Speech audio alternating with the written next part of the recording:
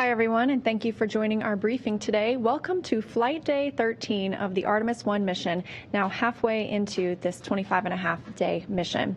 Another milestone reached today as Orion reached its maximum distance from the Earth. And to tell us a little bit about the systems on the spacecraft and how the mission is going so far, we have a panel of briefers joining us from NASA headquarters. We have NASA Administrator Bill Nelson. And here at Johnson Space Center, I'm joined in the room by Mike Serafin, Artemis I Mission Manager, Rick LeBrode, Artemis I Flight Director, Howard Hugh, Orion Program Manager, and Vanessa Weich, Center Director at Johnson Space Center. Again, thanks for joining us. We have some media here in the room as well as on the phone. Ahead of taking questions today, just a reminder, you can press *1 to raise your hand in the phone to ask a question, and press *2 to lower your hand if your question has been answered. But before we get to those, we're going to turn it over to NASA Administrator Bill Nelson for some opening remarks. Thank you so much. Hi, everybody. Well, the NASA teams have been very busy over this holiday weekend because of the unbelievable can-do spirit.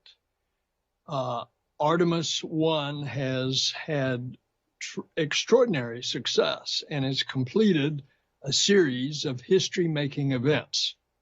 So, for example, on Friday, for the first time, a human-rated spacecraft successfully entered that orbit for Artemis I called the distant retrograde orbit.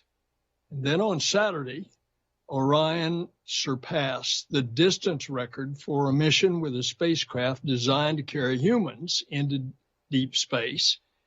And that record before had been set by Apollo 13 at about 248,000 miles from Earth. And just over an hour ago, Orion set another record, clocking its maximum distance from Earth, 270,000 miles. And of course, Artemis builds on Apollo. Not only are we going farther and coming home faster, but Artemis is paving the way to live and work in deep space in a hostile environment, to invent, to create, and ultimately to go on with humans to Mars. Now, since the launch, we have been receiving critical data back, and there's a lot more to come. For example, many of us know Arturo Campos was a NASA engineer who developed a plan to bring the crippled Apollo 13 crew home safely. For a mission that something terribly went wrong, it's looked in the annals of NASA as one of the most successful missions because they saved the crew.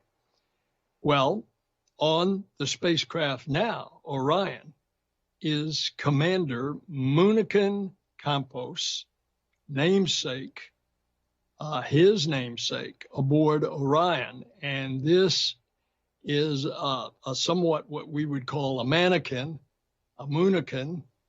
He's outfitted with sensors to provide data on what crew members might experience in flight, and that data will continue Campos' legacy of enabling human exploration in deep space.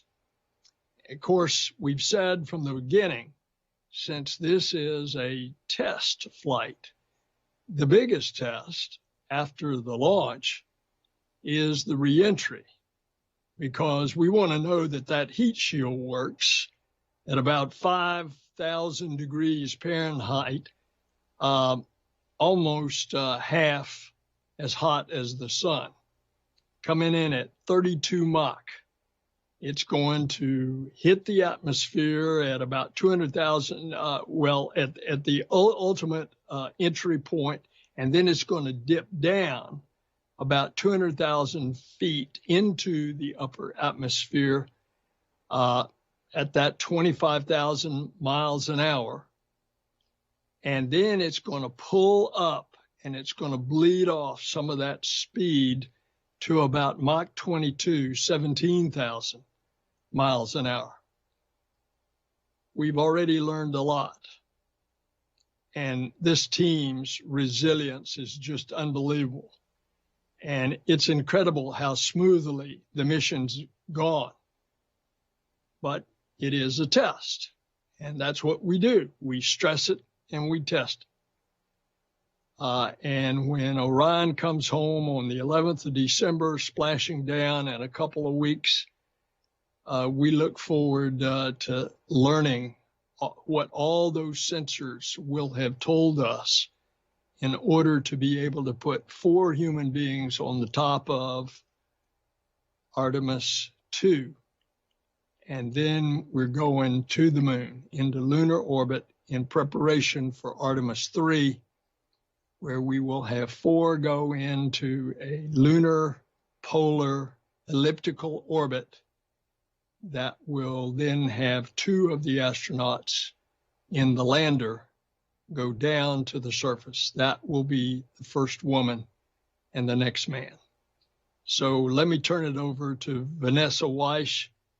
Vanessa is our great director out there at the Johnson Space Center. Hey, Vanessa, take it away. Okay, well, thank you, Administrator Nelson. And I believe we have a video that we're going to play, so we're going to play that video first. 5, 4-stage engine start. 3, 2, 1. Boosters in ignition. And liftoff of Artemis I. We rise together, back to the moon and beyond.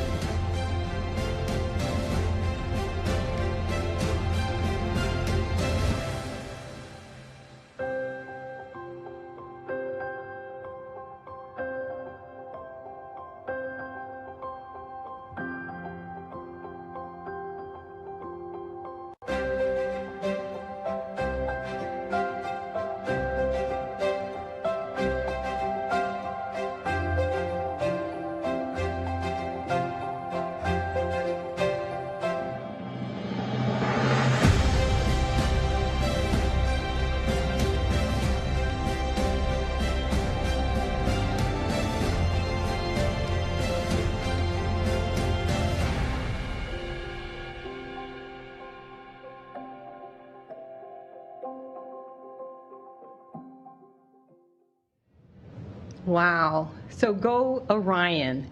You know, this mission is just the success of many women and men from all across NASA. And then for Orion itself, Lockheed Martin and the flight control team. It's just a wonderful opportunity that I have. I've gone over to the control center and had an opportunity to talk with many of the members of the flight control team, people in the support rooms, back rooms, and thank them for their work. But now isn't a chance for me to publicly say thank you to each of them for all of the hard work that they've put into this mission. I also want to thank Howard Hugh as the program manager. I want to thank Rick LeBrode as the lead flight director, and I want to thank Mike Serafin as the mission manager. The mission is just going completely flawless. Of course, we're learning. There's things that we have to figure out about the systems themselves. But, Orion is just performing so very well. This is a chance for us to talk about the fact that with Orion today, being a spacecraft that is in lunar orbit, we also have a spacecraft, the International Space Station, that's in LEO. So right now, our teams are controlling 2 spacecraft. And it's just amazing, the accomplishments that we've had, and many more to come. But with the Artemis program, as the administrator said, right here at NASA's Johnson Space Center, we're just super proud of the Orion. We're also working on the Gateway, which will be a platform in the lunar vicinity. We're building new suits. We're building rovers. We're working with the Marshall Space Flight Center on the lander. All of that so that we can continue to explore with our astronauts going into space. This mission is just a great success. It's the beginning. It will allow us to do Artemis II, where we will put our astronauts on board. The tests that are going on today, you're going to hear the mission management team, because Orion is performing so well, They are adding new test objectives to the mission, so that's a great thing. That lets you know that right now we're learning about this vehicle and preparing for going forward into the future. I did also just want to share that, right now we have spent this past weekend celebrating Thanksgiving, and our flight control teams did get an opportunity to celebrate Thanksgiving. And just want to say again, thank you to all of the people that are making this possible. It takes many, many people all around the world to make this happen. And with that, I just want to say thank you to each and every one of you. You're doing a great job, gentlemen. Thank you, Vanessa. And for additional opening remarks, we'll turn it over to Artemis Mission Manager Mike Serafin. Well, good afternoon, and thank you for those kind words, Administrator Nelson and Vanessa. Welcome to Flight Day 13 of our 26-day marathon.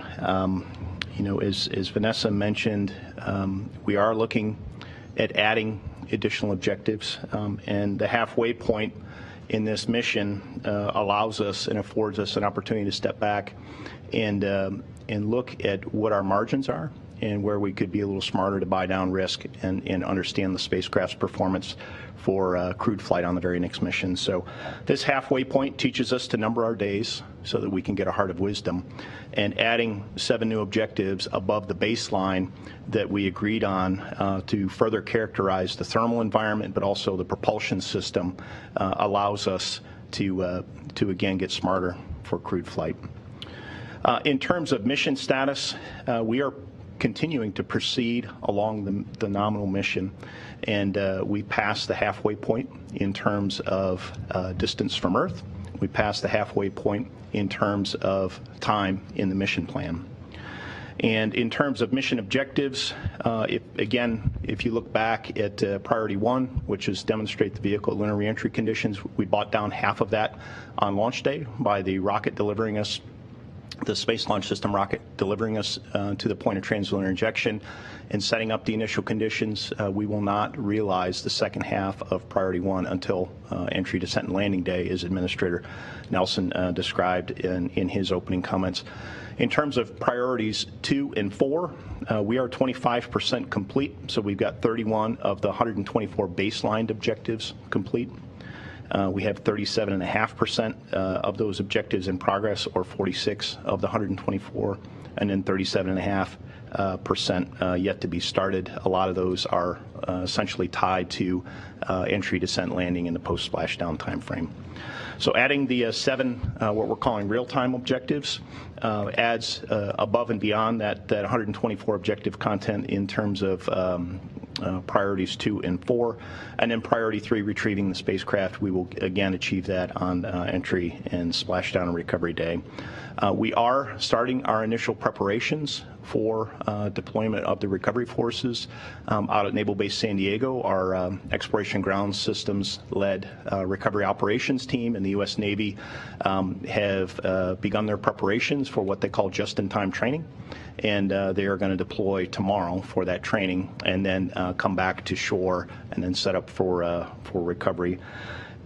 In terms of the mission management team, we did meet, since the last time I was here to talk to you, we did meet on Tuesday, November the 22nd. It was a non-decisional meeting, 45 minutes, and we just largely statused the progress of the mission.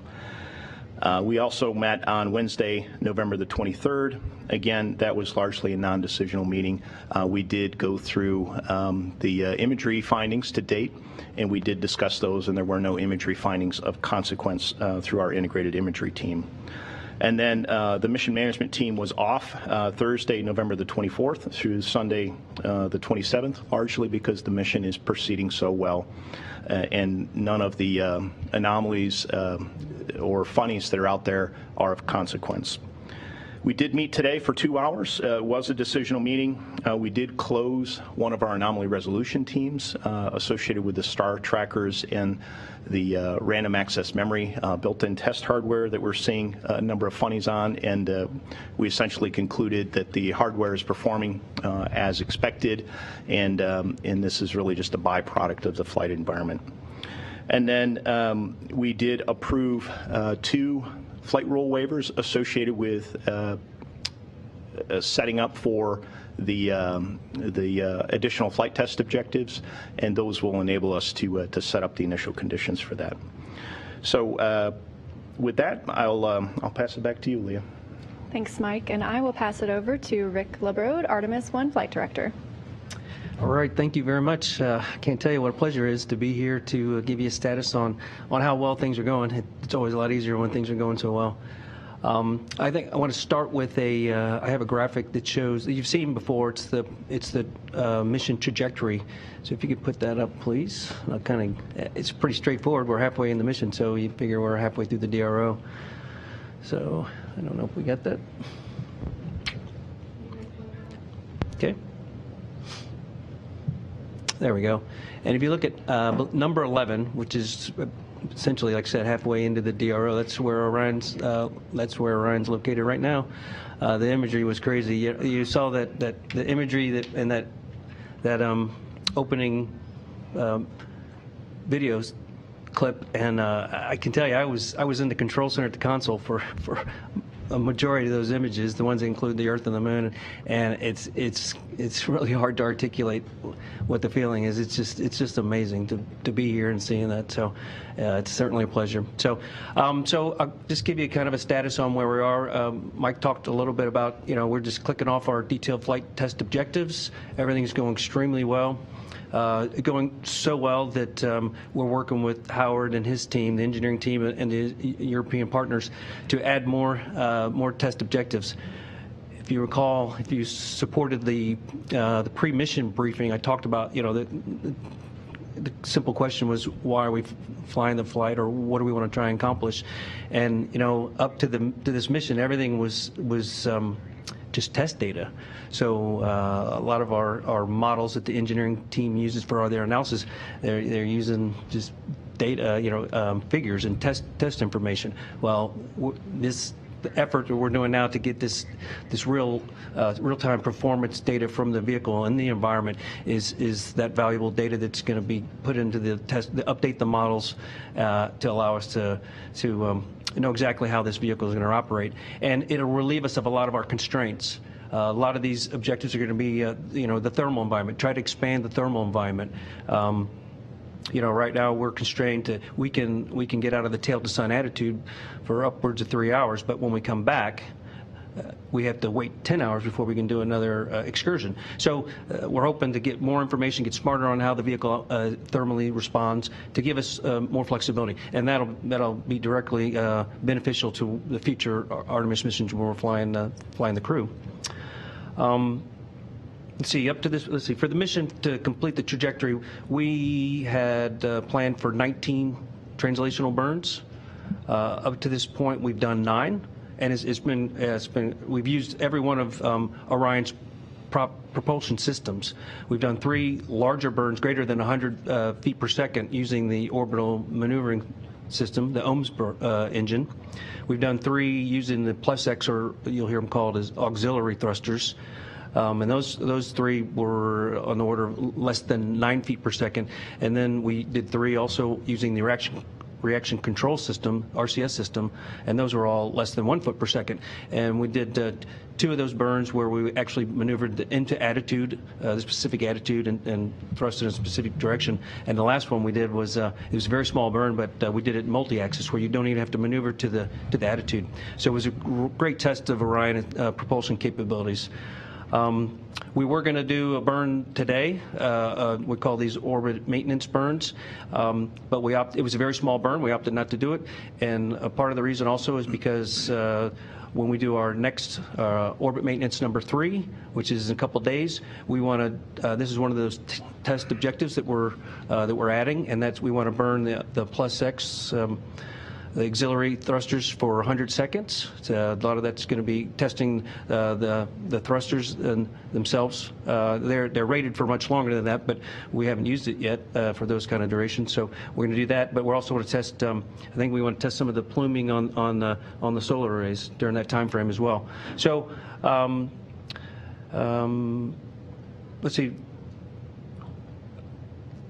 The upcoming. Just to give you a little highlight on what's coming up.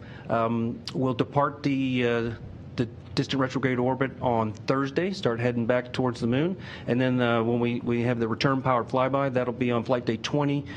And that again, when we fly by the moon, will be 80 miles off the surface. So we should expect to get some more spectacular imagery of the moon as we fly by. So I think that's all I have to report at this point. So I'll hand it back to you. Yeah. Thanks, Rick. All good things. And I will turn it over to Howard Hugh, Orion Program Manager. Thanks, Leah. Let's see. I'll start with thanking Mr. Nelson and Senator Director Weiss for recognizing the team.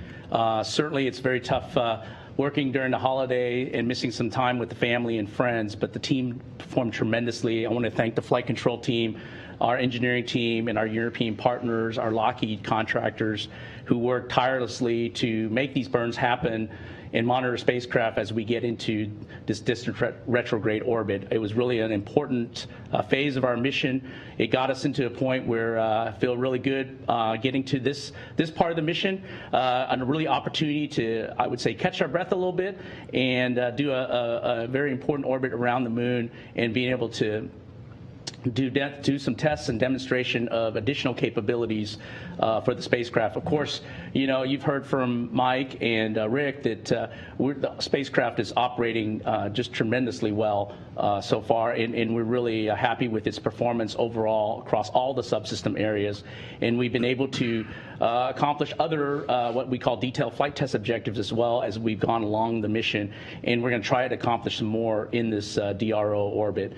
And I think it's a testament to not only the spacecraft capabilities and the performance so far of the spacecraft, but also the team. The team has been doing a great job of not only monitoring our spacecraft and looking at some of the funnies and making sure it's performing as expected, but also looking at opportunities to further along test this very important mission and the spacecraft that we have to further future missions and buy down future risks as we put crew on board. And I think that's a great opportunity that we have today in the DRO. I would say that also, I mentioned last time we were here, our performance across the boards continues to be outstanding relative to power we're generating, continue to generate 20% more power than we really need. We still have tremendous amount of propulsive capability or reserves in the prop tanks, excuse me. And we certainly are looking at other performance measurements across the board, across the spacecraft, and those are all going very well. So really happy where we are halfway through the mission, looking forward to completing this part of the phase and getting our spacecraft home safely. So thank you, Leah. Thank you, Howard, and thank you again to all of our briefers who have joined today. We will now move into the question and answer portion of our session. So a reminder, if you're online, please use the *1 to raise your hand if you have a question to ask, and *2 if your question has been answered. We will start here in the room.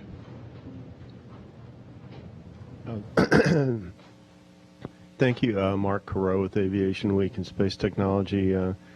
I know I'm leaning forward a little bit, but I'm wondering if you've received enough significant data from this mission so far that you can maybe update your planning dates for Artemis II and III, even, you know, an estimate or a season or a month or a year or... Do you want me to start with that one, Howard? And you can... Yeah, I'll follow. Okay. That'd be great. Yeah, thank you for the question, Mark. We are starting to look at the Artemis II dates. We know that we need to refly some of the components from the Artemis I vehicle on the Artemis II vehicle, and we're looking at the detailed schedules there. It's a little bit early to say exactly what those are, but we did talk today in the mission management team about how the avionics boxes are performing that we plan to refly, and they are performing very well. I don't know, Howard, if you have anything to add on that. Yeah, I would say that to add on what Mike's saying, you know, I think it's really good that you know, we're looking at and getting all this data, especially with the avionics boxes we need for Artemis II from Artemis I. So we'll be making sure those get off the vehicle when we splash down safely and get the Artemis I crew module back.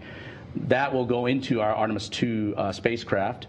For Artemis II, we're also right now in the flow, so we're working very hard to go as fast as we can And we're learning a lot from our obvious Artemis I flow, and we'll incorporate those lessons learned into our Artemis II. We still have a lot of testing ahead with Artemis II spacecraft, both the crew module and the service module that we need to accomplish.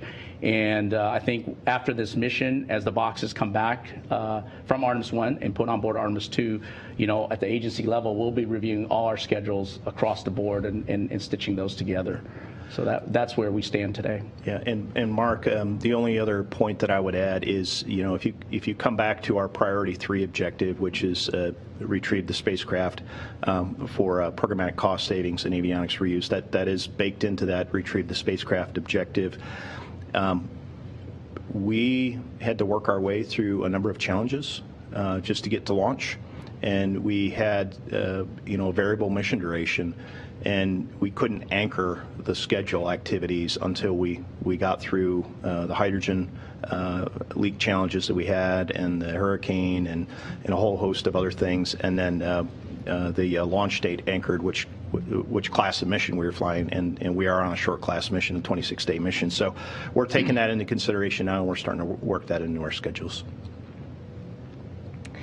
Thank you. And just before we go to additional questions, a couple of things I wanted to note. Administrator Nelson and Center Director Vanessa Weich won't be able to join us for the question and answer portion. And then just a reminder to our media to please state your name and affiliation and to whom your question is addressed. So with that, back to the room. Thanks very much. Eric Berger with Ars Technica. 2 questions. First of all, for Mike, I think you talked about priority 1 objectives, and I'm just curious how much of the overall risk at this point you've retired. You've gone through launch, obviously. MMOD is looking pretty good, or was as of the last briefing. The 3 different classes of thrusters on Orion seem to be performing pretty well. So, like, you know, landing is kind of the main objective left. So is that like 50% of the risk, 75, 25? Just trying to get a sense of where your primary concerns are in terms of sort of overall risk retired. And Howard, there was a blog post about a loss of comms several days ago with Orion. I'm just wondering what the resolution of that issue was, and if that's something to be concerned about going forward. Okay, I'll start, Howard, and you want to follow up on the blog post? Yeah. Okay. So again, thank you for the question, Eric. In terms of risk that's retired, we did talk pre-flight about the Pareto chart, which identifies our top risk drivers.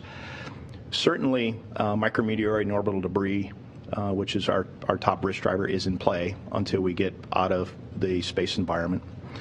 But being halfway through the mission puts us roughly halfway through that risk, because it is a function or a byproduct of how long we're in the spaceflight environment. We had other risks associated with first-time flight of the rocket and the overall system performance of the rocket, the integrated avionics and software risk, and RS-25 engine. All of those have been retired. We have a demonstrated rocket. In terms of the spacecraft, some of those have been bought down, but some of them are not going to be retired from a mission standpoint until we get to landing day, specifically the parachute and parachute deploy system, and then the heat shield. So that, again, comes back to our priority 1 objective.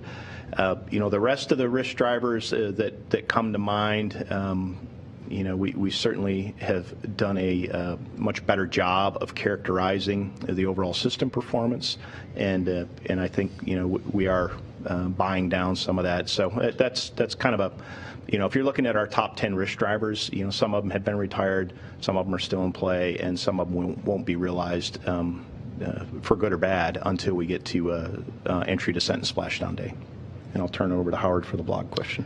Yeah, Eric, I'm not sure specifically which comm outage you're referring to, but I'm going to ask Rick to talk about, we've had some ground comm issues, not on board, but I'll let Rick go first.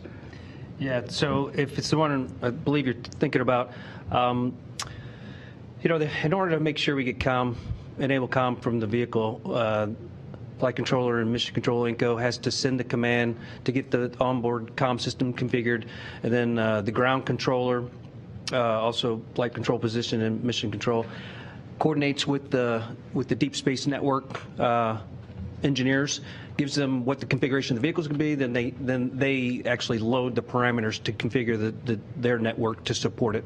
So it's complex.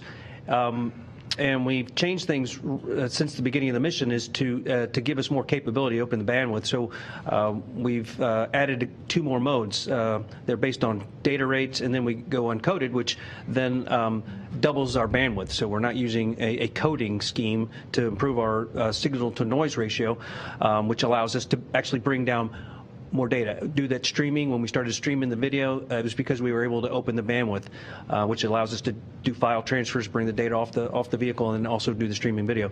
Well, it was simply a misconfiguration at the Deep Space Network, where they were set up for a data rate that the vehicle was not set up for, and it just going through the troubleshooting process, finally figured that out, and then we recovered. Once we got the right data rate, we recovered the return link. Yeah, and Eric, just to add a little clarity on this one, as I understand it, Rick, and you can correct me if I'm wrong, we need the spacecraft data rate, the Deep Space Network ground site data rate, and the MCC data rate all to be in the same configuration, and we got out of configuration with those just due to kind of some ground-to-ground coordination. Did I get that right? That's exactly right. Okay. Okay. Next question is on the phone with Marcia Dunn. Hi, good evening. A couple of questions, probably for Mike or Howard. How many avionics boxes are you going to be taking from Artemis I, from this Orion, put on the next one? And what else is being shared that will be removed from the spacecraft for the next mission, no matter how small or insignificant it might seem? And then secondly, for Splashdown Day, how many people and craft do you expect to be part of the recovery effort? How many people and how many ships, planes, helicopters? I'm just looking for a big picture. Thanks. Yeah, maybe Mike, I'll take the first one, if you can take the second one. Mm-hmm. Yeah, Marcia, thanks for the question. Right now, we're looking at 8 avionics boxes across the board from Artemis I to bring from Artemis I spacecraft and Artemis II. Let's see, I think your other question, and maybe you could repeat the second half of your question if I don't get it exactly right, has to do with, can you repeat that one more time? You wanted additional information on what else is, I think, what else we're bringing forward that's not avionics boxes, is that correct? That's correct. What other pieces are you going to be pulling out for Artemis II? Yeah, I think Administrator Nelson mentioned Munich and Campos.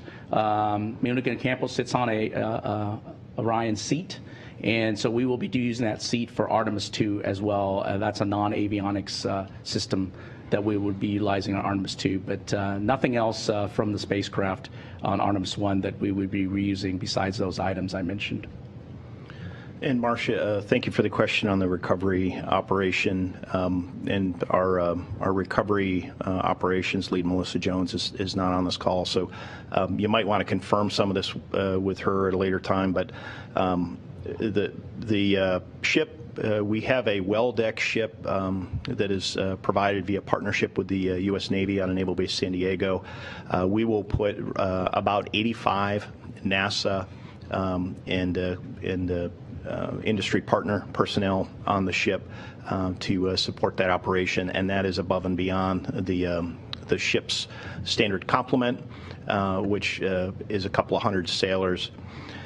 We will have deployed from the recovery ship itself at least 4 small boats, what they call small boats.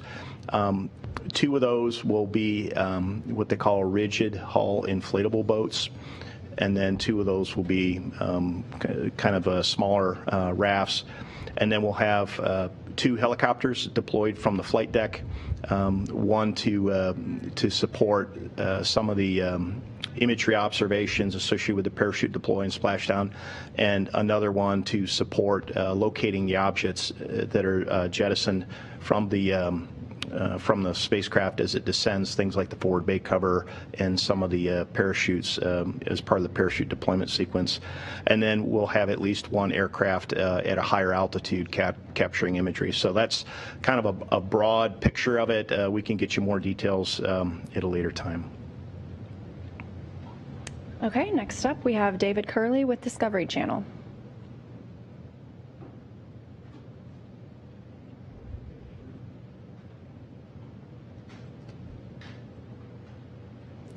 David, if you're speaking. Sorry about that. I was having a little trouble. Can you hear me now? Loud and clear. I guess this is for Howard. Quick question. What kind of data are you getting from inside the capsule in the environment the astronauts would be in? Specifically, are the temperatures right? What are you seeing so far inside? Yeah, right now, good question. Right now, we are getting temperature readings. We're getting, obviously, pressure readings as well inside the cabin, and everything's nominal as we expected. Certainly, what was loaded or what was in the atmosphere when we closed the hatch is what we've got, and our leakage rates are really low. I think it's like 0.03 per day or something like that, PSI per day. So we're really understanding not only just what's inside the cabin, but obviously a lot of measurements we have inside the cabin relative to Munich and Campos. The radiation sensors are all being recorded, so we won't get that data from the cabin until we get back on the ground. Next question is from Bill Harwood. Hey, thanks. I got two quick ones, one for Mike and one for Howard, I think. Is the Star Tracker issue you've mentioned a couple of times, is that the most significant problem you've had with Orion? Or is there anything else that's provide worry, or maybe not worry, but required a similar level of troubleshooting? And I wasn't clear how you resolved that, or if you just decided that's just the way they operate and we understand how it works now and that makes it okay, or if there's something you had to do about that. And Howard, can you tell us what those 8 boxes are? I know it's probably buried in the press kit somewhere, but I can't remember what the avionics boxes are that you're going to take off Artemis I and put on Artemis II. Thanks. Okay. Yeah, hey Mike, let me, maybe I'll address both questions, if you don't mind, and you can add to it. I think with the Star Tracker, it's certainly the highest visibility. When we first, we had a couple issues where we took, I think, a radiation hit on the Star Tracker itself, and we also had this issue with a bit flip relative RAM where inside the box itself, it has error detection correction automatically. And I think I mentioned in the last press conference, it does when you have a radiation hit, it may flip a bit in the memory, it auto corrects itself, and it just tells you. And it's a very, very good system that is on a lot of deep space kinds of hardware, avionics hardware. And in this case, when it first tripped, we were getting indications that Star Tracker wasn't performing, and I think through our analysis and of course very detailed look at all the data that we got at that time, we made some decisions obviously to press forward. But it turned out that the Star Tracker was working just beautifully. It was outputting navigation data as expected. This bit trip, we found out through our our last few days, several days of hard work by the team, is that this is very anomalous behavior. Many of the Star Trackers in deep space and even in geosynchronous satellites and low Earth orbit satellites have data that shows that they take these kinds of RAM upsets, and so they get auto-corrected and they log it.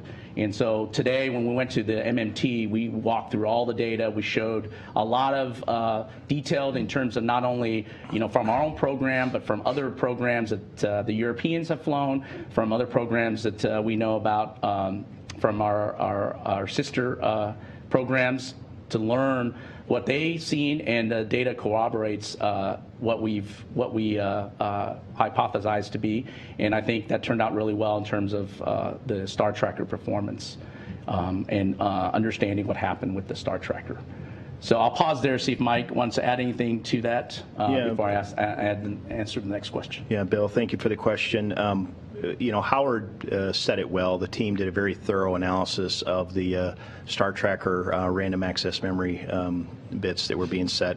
And this is a case where leveraging our industrial base and other missions out there, whether they're NASA missions or other missions that use this common set of avionics or very similar design to it, is helping us, and we tap that expertise.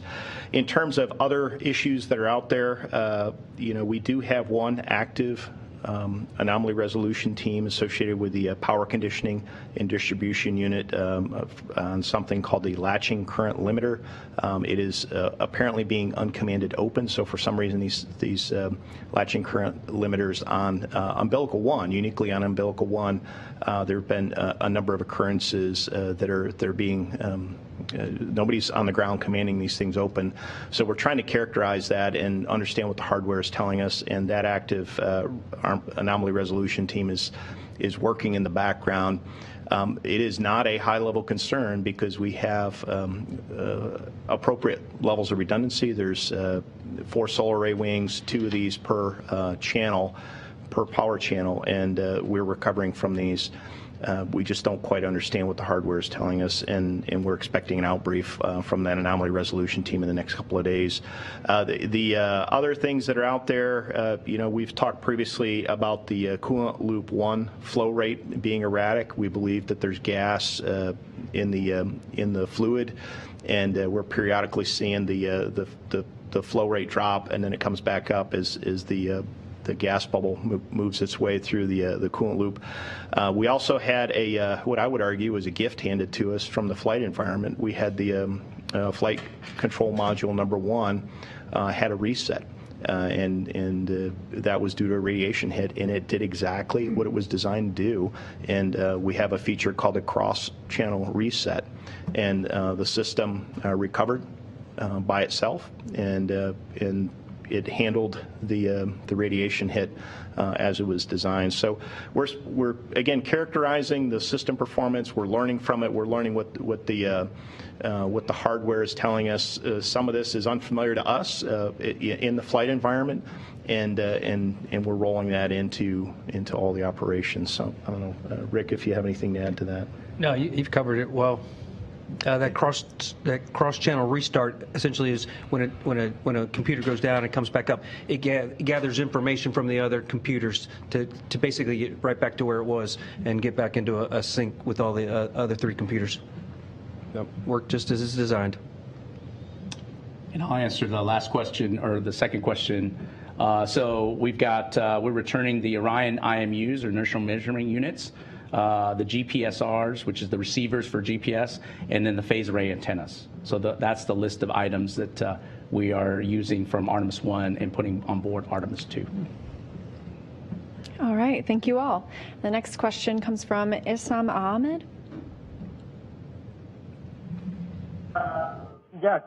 Thanks for doing this. For Mike Sarapin, will we see the Apollo landing sites on the next lunar flyby, and which ones? Thank you.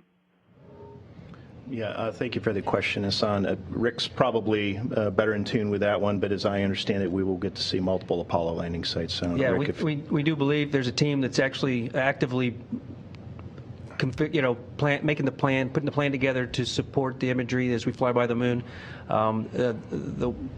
The positive is on the return power flyby, that area will be lit, so we have the opportunity. We just got to get the vehicle in the right orientation and get the cameras going. We're going to be taking imagery, so and I don't know exactly which sites, but I know on the outbound powered flyby there was 4 sites that were all in the dark, so we didn't capture them. But my expectation is the same 4 will be available this time with the proper lighting conditions. We're looking forward to it. Up next on the phone, we have Tim Fernholz. Hello, everyone. Thank you for taking this question. 2 things I was wondering. One, can you talk a little bit more about the 2 flight rule waivers you need to do for the additional objectives and what that looks like? And then second, just thinking about the Deep Space Network, now that you're using it with Artemis and sort of breaking in those procedures, are there thoughts about what might be necessary to improve or invest in or add to the DSN system ahead of crewed flight with Artemis? Thank you. Yeah, Tim, thank you for the question. I'll talk about the flight rule waivers here up front. But in terms of the accomplishing what we're calling characterizing the thermal envelope, Orion is by design, it wants to fly tail the sun. That is for thermal stability of the vehicle, but also from a power production standpoint. And the vehicle, through analysis, is allowed to go up to 20 degrees in either pitch or yaw out of that perfect tail to sun orientation. So what we're doing is we're characterizing the corners of the box, 20 degrees, 20 degrees, and doing that. And there's also a thermal recovery time required, as Rick had mentioned earlier, about if we're out of attitude greater than that 20 degrees for more than 3 hours, we have to do a 10-hour tail to sun thermal recovery period before we're allowed to use the orbital maneuvering system. So the waiver was specific to the thermal analysis requirements and the desire to gather some of the data on that thermal envelope expansion, and that is consistent with a test flight. We want to do envelope expansion and validate our models. I don't know, Rick, if you have anything to add on the flight rule waivers. No, you covered it. Okay. Well, that was for the first one. I think the second one, you going to cover that one? I'm trying to remember. The second one was for the solar array positioning constraints, yes. Right? We for the various burns that we do with Orion, we have specific attitudes or positioning that we put the solar array wings, and that's to prevent damage from plume impingement from the reaction control thrusters. And for this 100-second plus X test, we want to put the position of the arrays different than what had been previously analyzed and was considered approved, and that's why we're waiving. And this is to gain the data that we want. That's specifically why we're doing the test. So that's the rationale for that waiver. Yeah, and thank you for the reminder. So that the specific constraint that we're trying to avoid is not a plume impingement or a load constraint on the solar array wing. It has to do with the radiant heating from the engine that's in proximity to the solar array wing. So those were the two waivers that were approved, and they are specific to these test conditions and specific to the objectives that were set up. These are not just what I'll call generic waivers for operations across the mission, and we did make that clear today. Mike, would you mind? I'll jump in with a couple fine points relative to that. From a spacecraft perspective, Mike talks about the 20-20-20 degree envelope. I mean, we've already analyzed this as pre-mission. We know that we can operate in these regimes. There were some flight rule constraints relative to the two pieces, the OMZ or the main engine, and then also the star tracker was also. So I think from an overall risk perspective, that's why we talked about pressing forward with this particular objective, is because we feel like through our pre-mission analysis that we're able to operate in those boundaries. We just want to make sure in this real flight environment that we get to those corners of the boxes. So that's one piece, and that's the same for the arrays. The arrays, we've tested and certified them to be in these configurations, although we didn't nominally want to operate them in that because of what we needed to do for the mission. But now as we do the flight test objectives, there's no risk with the hardware in terms of where we want to park these arrays for this test. So I just want to make sure that was clear, Mike. Yeah, thank you for that, Howard. Mm-hmm. And then Tim, you had a second part to your question. I'm forgetting the second part. No worries. Thank you for the detailed explanation. I was just asking about, given sort of the work through of the process with the Deep Space Network, is there any thought to investing in, further capabilities or improving that network ahead of crewed flight when it may be more important to get that communications done quickly? Yes, Tim. The answer is yes. We are very mindful that the Deep Space Network has many customers, and Artemis is one of those. But there are many science missions out there. There are many space technology missions and other partnership missions out there. So as we expand the portfolio of Artemis capabilities, whether it's Gateway or the Human Landing System, and some of the surface operations and surface systems, as we get further into the manifest, we are acutely aware that we need to improve the communications and tracking and navigation assets out there. So we do have additional investments planned in the Deep Space Network. I don't want to get ahead of that because there's probably a procurement that's in play ahead of us on that. Okay, next question is from Kristen Fisher with CNN. everyone. This question is for Senator Nelson, if he's still on. If not, I guess, Mike, it might be for you. But given the fact that this mission, Artemis I, is going so well, wondering if we could get an update on when a crew may be announced for Artemis II. Thank you. Yeah, hi, Kristen. Thank you for the question. We've purposefully deferred that decision until after Artemis I is successfully complete. We want to get through a demonstration of our human transportation system before we name a crew for a number of reasons. One is just time between missions. We need to understand the time between Artemis I and II. It is possible to be in training too long, and we need to find the sweet spot relative to the training time for the crew. But once a crew is named, they're going to be highly sought after people, and there are other responsibilities for astronauts in the astronaut office, and we need to keep that in mind as well from a workload and just kind of an overall flight crew availability standpoint. And their time is precious, so we've purposely deferred that until after Artemis I. I don't have a specific date for you, but it will be after the mission. Thank you. And our next question is from Jem Siegel. Hi, everybody. Thank you for taking my question today. What will be the approximate length of the Artemis II mission? And secondly, roughly how many NASA and partner people are involved in monitoring Artemis I? Thank you. Okay.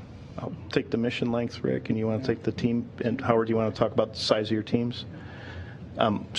Jim, in terms of the mission length for Artemis II, we're looking at a 10.5-day crewed flight test. So 4 astronauts will fly a one-day highly elliptical orbit to basically shake down the life support system and perform a proximity operations demonstration with the upper stage before it is separated at a far distance from Orion. And then at the end of that one-day high Earth orbit, Orion will essentially perform a mission completion maneuver and use the service module to perform the translunar injection maneuver and put itself on a free return trajectory about 4.5 days out and about 4.5 days back. So it'll be a little over 10 days, and that's our Artemis II plan. So, Rick, do you want to talk about your team, and Howard, do you want to talk about your teams as well? Sure. So it's a little hard, but in the front room we have 10 flight controllers, and then for each one of those they have either one, some have up to two support personnel in the multi-purpose support room, and then we have 3 shifts. So there you're looking at on the for the flight control team specific, we're looking at on the order of 60. That doesn't include, the ground controller who has responsibilities for making sure the facilities are configured properly. There's quite a few of those people, and I couldn't give you a number, but I'm guessing probably another 5, so 15. So we're looking around 75 people inside MCC. It's a pretty close number. And then let Howard talk to the mission evaluation room. Yeah, that's a good question, but a tough question. I think same with Rick. I would estimate maybe 10 consoles in the mission evaluation room, which is the support from an engineering perspective. Probably a couple people on console per 3 shifts across a day. And so you're looking at maybe 60-ish people. And then we've got some support from Europe as well. They've got some people supporting from an engineering perspective. We've also got people at the Lockheed Martin facility in Denver. So probably, somewhere in that 70 to 100, somewhere around there, depending on the day and the burn. We probably bring more engineering support as needed for the bigger burns. And then, of course, as we have issues, we'll bring more people to look at these issues and try to resolve them quickly.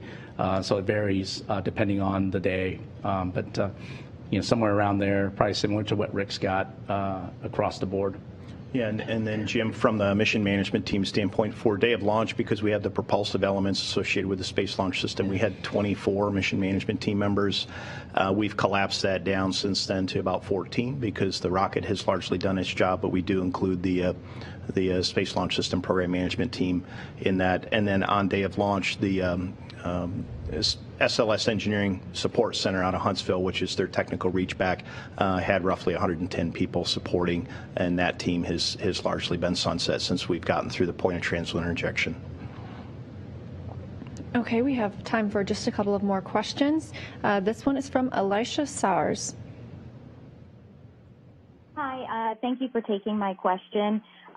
This also would have been for Administrator Nelson. I know Kristen sort of asked along the same lines of what I'm going to ask, but at the top of the call, Mr. Nelson had said that the astronauts in the Artemis III lander will be, quote, the first woman and the next man, end quote, on the moon. And I may be way overanalyzing this, but is that slight departure in his phrasing significant? Because before now it seemed possible that there could be 2 women astronauts landing on the moon. And I'm just wondering if he misspoke, or is that comment an indication that decisions have been made?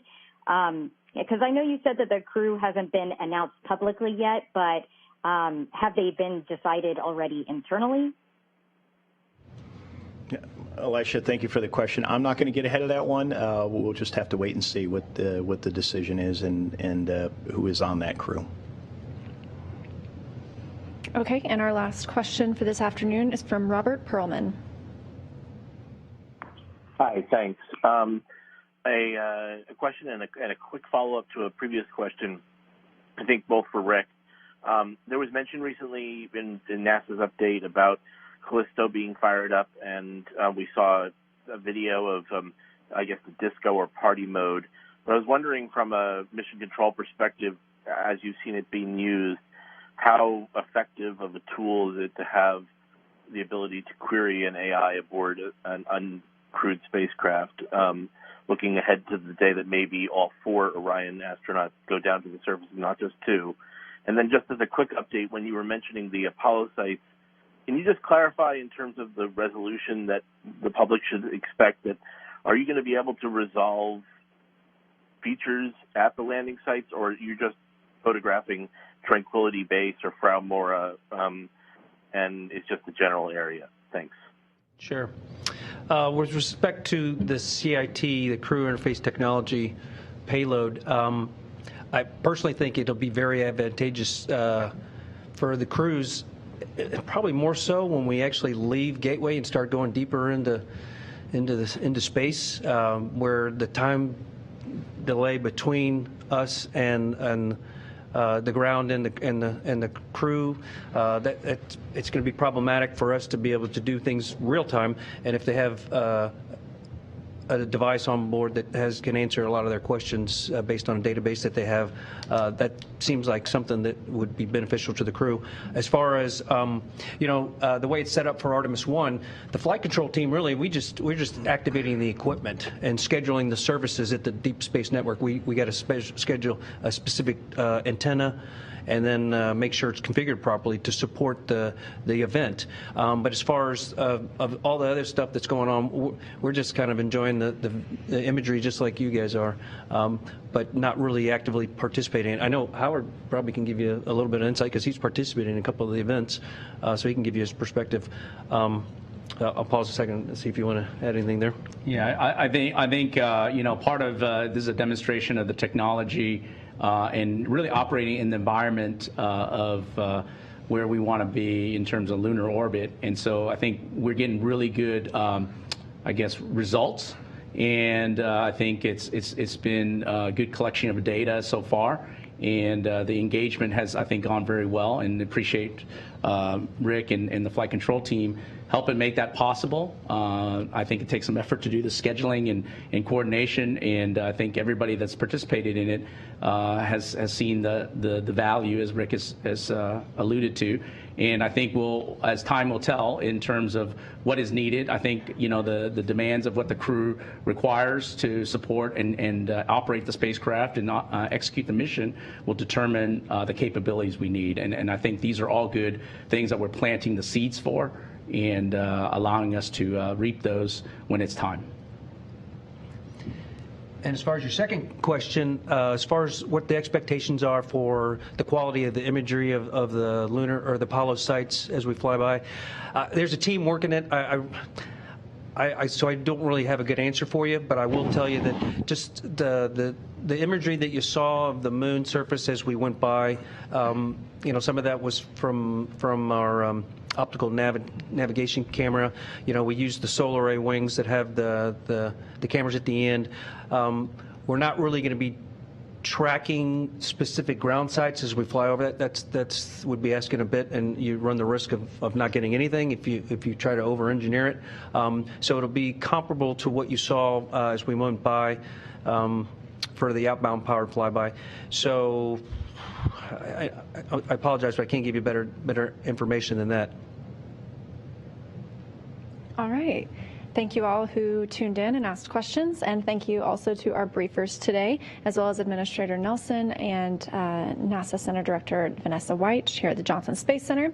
A quick look ahead at some things we have coming up. We have the distant retrograde departure burn coming up this Thursday, December 1st, but ahead of that, we're going to preview with another briefing on Wednesday at 4 p.m. Central Time. Don't forget, you can also watch live views from Orion almost any time that we have signal from the spacecraft at go.nasa.gov/Artemis Live. Some amazing views that we've had so far today, so make sure to tune in and see those. You can also read our daily blog updates at nasa.gov or at blogs.nasa.gov/Artemis. And of course, don't forget, you can see the latest imagery and videos on our Flickr account at flickr.com/photos/NASA2Explore.